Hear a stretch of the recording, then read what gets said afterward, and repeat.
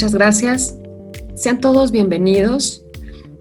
Vamos a platicar de diferentes aspectos de cómo se regula la soya en México.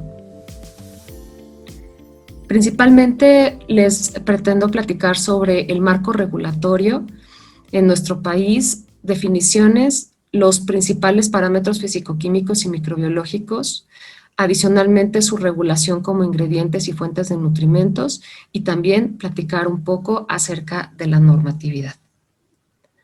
El marco regulatorio en México podemos conceptualizarlo como si fuera una pirámide.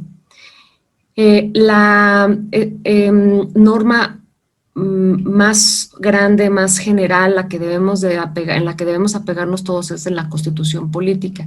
De ahí se cascadean el resto de las normativas seguidas de las leyes, los reglamentos, acuerdos, normas y lineamientos. Esta jerarquización tiene que ver con el nivel de obligatoriedad que tienen, donde la Constitución política es la de la máxima obligatoriedad.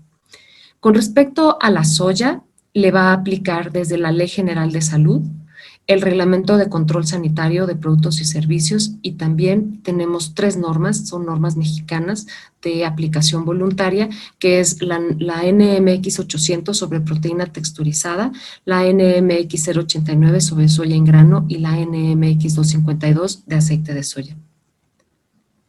El marco regulatorio en México, tenemos que la Ley General de Salud tiene diferentes lineamientos, principalmente regula a los permisos de importación. Ahorita vamos a platicar, les voy a explicar que justo la proteína de soya, dentro de los requisitos para importarla y comercializarla en nuestro país, requiere de permisos previos de importación, de acuerdo a sus fracciones arancelarias.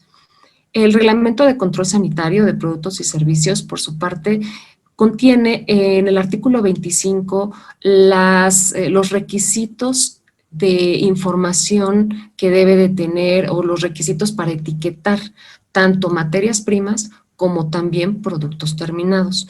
Otro elemento que hay que observar dentro del reglamento es el apéndice, en donde encontramos distintas definiciones y también microbiología. Hay que observar también que dentro del apéndice, este tipo de reglas pueden ser derogadas si es que existiera una norma específica. Entonces, ahí vienen varios productos desglosados, incluso vienen productos de soya como harina, proteína, concentrado de proteína de soya y aislado de proteína de soya. Sin embargo, cuando exista una normativa específica, lo que también dice el reglamento es que se deroga lo que diga el apéndice. Entonces, eso también es para tomarlo en consideración. Y hablando ya de manera más puntual, aunque ya lo mencioné, tenemos 3 normas que son las más importantes con respecto a soya. Una es la proteína texturizada, otra es la soya en grano y finalmente el aceite de soya. Dentro de las definiciones les quise presentar estas 3, la de harina de soya como aquel producto que se obtiene de la molienda de las semillas de la planta perteneciente al género y especie Glycinemax. Hay otras definiciones de soya y de harina de soya también, habla de la desgrasada, etcétera, pero de momento no quise entrar tanto en detalles, nada más a manera de ejemplo, el tipo de definiciones que podemos encontrar dentro del reglamento. La proteína aislada de soya dice que es el producto obtenido de la fracción de la semilla de soya exenta de contenidos no proteicos y que debe contener por lo menos 90% de proteína, mientras que el concentrado de proteína de soya, su contenido proteico no debe de ser menor al 70% de proteína. Con respecto a los principales parámetros físico-químicos y microbiológicos que debemos observar en los productos de la soya, tenemos en cuanto a los físico-químicos, la humedad, el porcentaje de proteína en base seca, el extracto etéreo, las cenizas, la fibra cruda en base seca y también en el caso del grano se regula la materia extraña.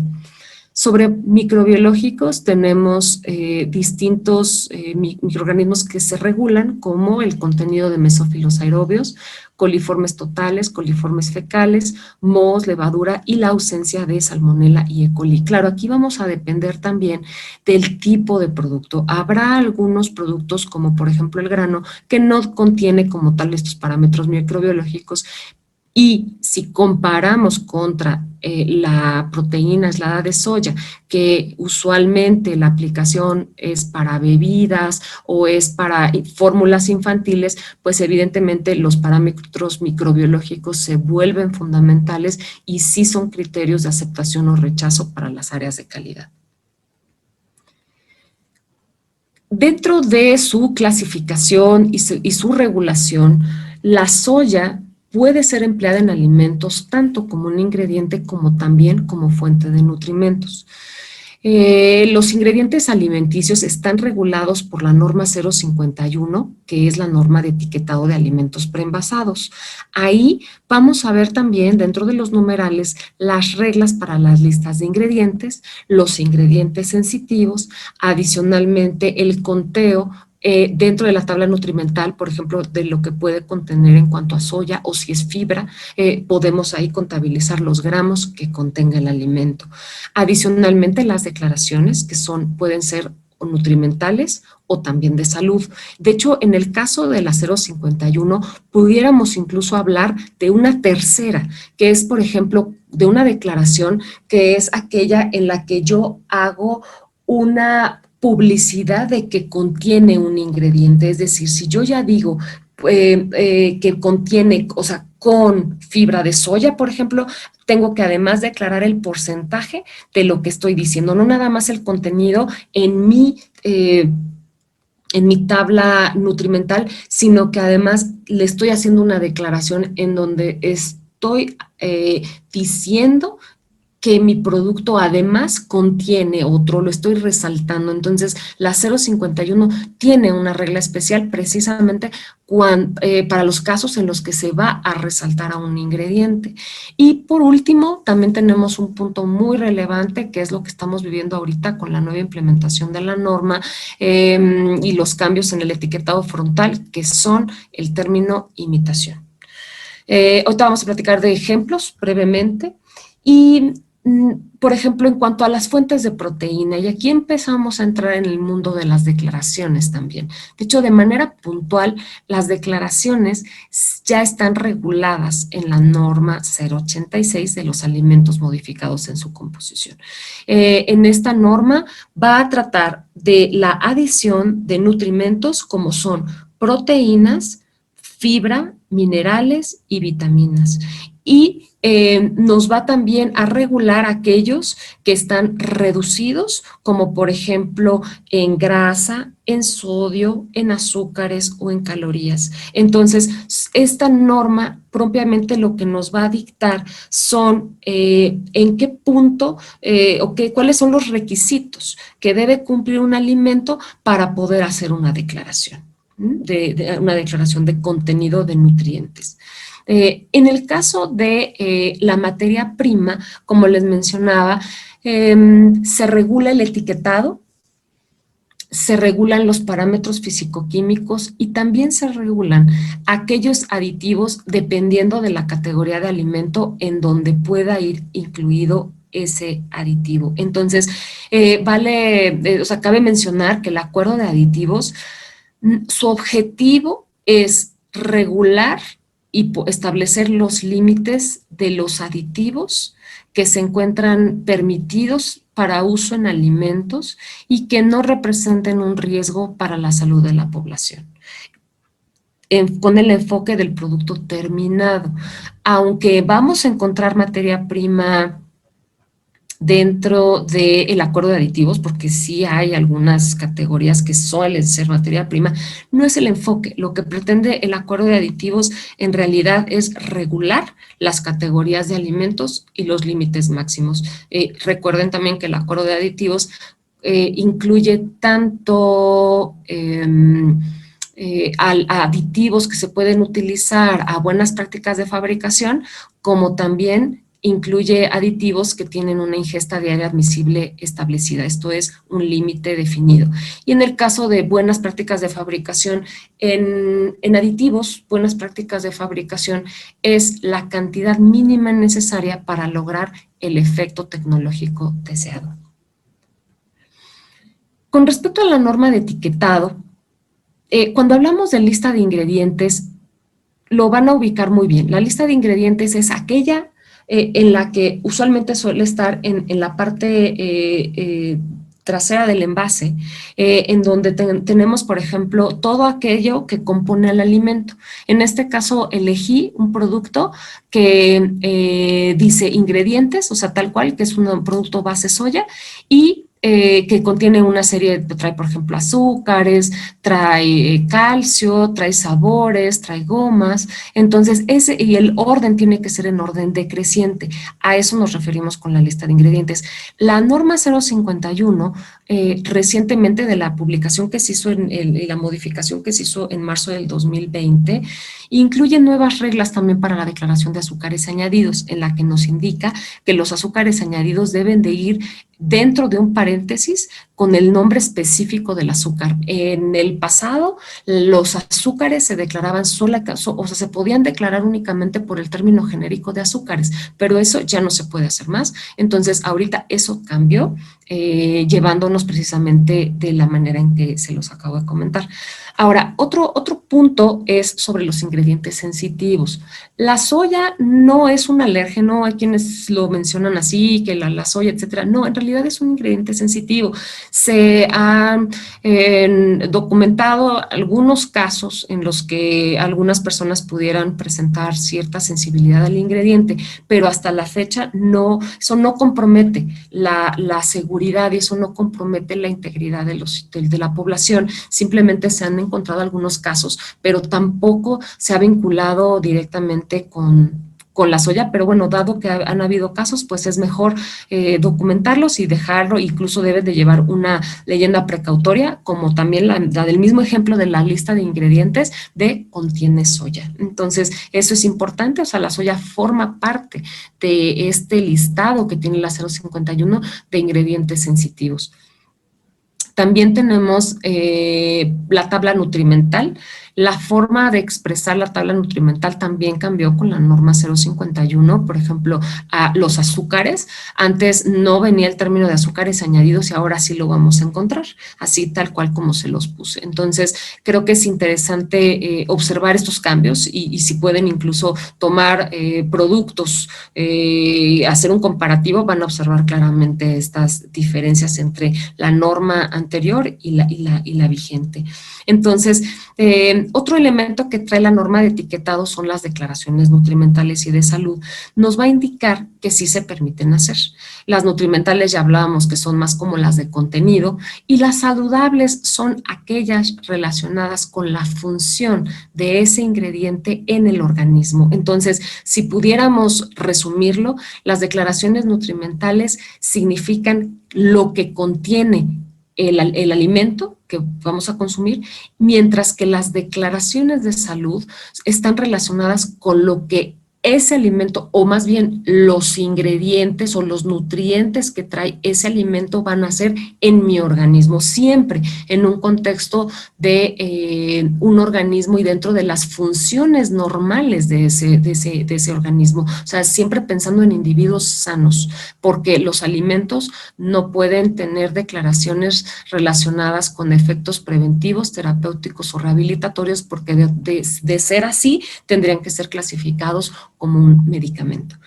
Y finalmente hablamos de los productos imitación. Aquí, si recordarán, era ampliamente usado los términos tipo o estilo. Eso la Secretaría de Economía ya no lo está permitiendo más y está evitando el uso y prohibiendo el uso de estos términos que son estilo o tipo, sobre todo porque se confundían. El estilo era, o el tipo más bien, era relacionado con la parte geográfica, el tipo, mientras que el estilo estaba vinculado con la modificación en ingredientes, pero se usaban indistintos, ¿no? Entonces lo que sucedió ahora fue que, bueno, se trató mejor de eliminar ese tipo de uso y ya únicamente utilizar, si cambiaban los ingredientes o los procesos, utilizar el término imitación. Sin embargo, como ahorita lo vamos a ver en unos ejemplos que les traje, el espectro de los productos imitación puede ser muy amplio. Y aquí tenemos el caso. Miren, del lado izquierdo vamos a tener una imitación queso mozzarella y luego una imitación queso cheddar. A reserva de revisar los ingredientes, y primero que nada quiero hacer la nota de que no pretendo hablar de ninguna manera. Los productos, no por tener el término imitación, van a ser percibidos, no deberán de ser percibidos diferente. El ser imitación no es algo malo. El ser imitación simplemente significa que contiene ingredientes diferentes a la norma o por algún elemento no cumple con la norma. Entonces, los dos ejemplos que o sea, con la norma, pero de identidad de producto, o sea, porque acuérdense que hay normas que nos asignan cuáles son los elementos para que pueda tener un término.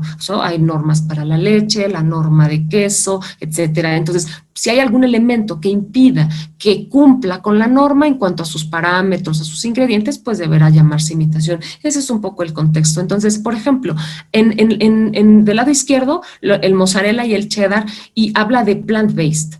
Quiere decir que en sus ingredientes contenemos productos vegetales, alimentos, ingredientes vegetales, pero del lado derecho puede ser que también, pero es muy diferente. Digo, habría que hacer la comparación de la lista de ingredientes, pero me gustaría explicarles que no es lo mismo si dentro de un producto lácteo yo nada más elimino un solo ingrediente o reemplazo, por ejemplo, la grasa por grasa vegetal, a que si dentro del queso elimino todos los ingredientes lácteos. No es lo mismo, son productos distintos. Claro, obedecen a necesidades diferentes, obedecen a mercados distintos. Puede ser que mi alimentación la quiera basada en lácteo y requiera yo de diferentes características, quizás de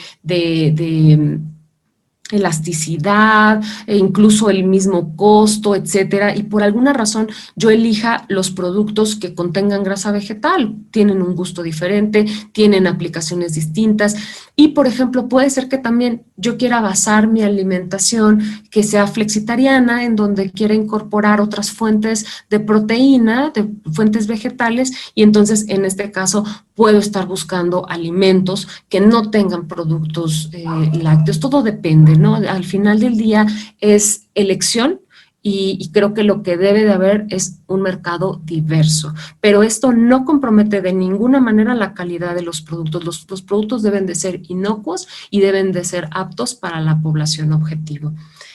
Vamos entonces ahora con las declaraciones nutrimentales. En cuanto a las declaraciones nutrimentales, les platicaba un poco. Están reguladas por la 086, es decir, vamos a ver el contenido de vitaminas, de minerales, de proteína y de fibra. Y también vamos a ver si fueron eliminados, ¿no? Si no tienen azúcar, por ejemplo, como uno de los casos que vemos aquí, así lo vamos a observar. Hay una forma de declarar, la norma 086 dice que para declarar como adicionado de, debe de cumplir entre el 5 y el 100% del valor nutrimental de referencia. En el caso de la soya, en el caso de las proteínas, la proteína tiene un BNR, como se abrevia, de 1 gramo por kilogramo de peso corporal. ¿Qué significa 1 gramo? Quiere decir que debo de consumir 1 gramo de proteína por cada kilogramo de peso corporal. Esto lo que implica es si un adulto promedio pesa 70 kilogramos, debe de consumir 70 gramos de proteína al día. Entonces, para que un alimento pueda tener la declaración de ser un adicionado de proteína, debe de aportar por porción al menos el 5% de esos 70 gramos, que estamos hablando que sería un equivalente a 3.5 gramos de proteína. A veces, y depende de la fuente, por ejemplo, hablábamos del concentrado de proteína de soya, debo de agregarle posiblemente unos 7 gramos de proteína del concentrado para poder obtener 3.5 gramos, que sea la contribución de proteína real en 3.5. Y hay productos que es imposible lograr esos niveles o esas adiciones de proteína porque, pues, tecnológicamente se puede afectar. Entonces, ¿qué significa esto? De hecho, hay declaraciones, si ustedes observan, en el primer ejemplo, la palabra proteína. O sea, lo que me está haciendo es decirme que contiene proteína. Ya le está diciendo al consumidor, está haciéndole un llamamiento a este producto contiene, ¿no? Entonces, aquí lo único es, tenemos que, habría que hacer siempre, ¿no? La evaluación, digo, creo que en el mercado para poder decir sí adicionado de, pues se necesita tener y cumplir con la regla que establece la 086, pero muchas veces como lo permite la 051, solamente podemos decir que lo contiene. Hay una regla que dice puntualmente dentro de la 051 que yo puedo mencionar únicamente un contenido y resaltarlo. Entonces, estos productos están perfectamente bien comunicando lo que contienen para que precisamente el consumidor haga sus propias elecciones. Entonces, pues sin más, yo quisiera nada más con esto que se llevaran algunos mensajes. Primero que nada, bueno, existen diferentes reglas de etiquetado, como por ejemplo la lista de ingredientes sensitivos, tabla nutrimental y declaraciones. Como materia prima se regula su etiquetado, los parámetros físico-químicos y microbiológicos, y en cuanto al uso de aditivos en materias primas, sí se encuentran permitidos y sí se debe de revisar el cumplimiento en la categoría del alimento regulada en el acuerdo de aditivos. Con respecto a la norma de etiquetado 051, es la norma que define las reglas sobre la lista de ingredientes, tabla nutrimental y declaraciones, tanto de nutrimentales como de salud, y también en cuanto a la 086, la norma de alimentos modificados en su composición, define las reglas para las declaraciones de contenido o de nutrientes. Y con eso daría por terminado y, bueno, aquí les adjunto algunas referencias para su uso y pues quedo entonces atenta de que iniciemos las sesiones de preguntas y respuestas.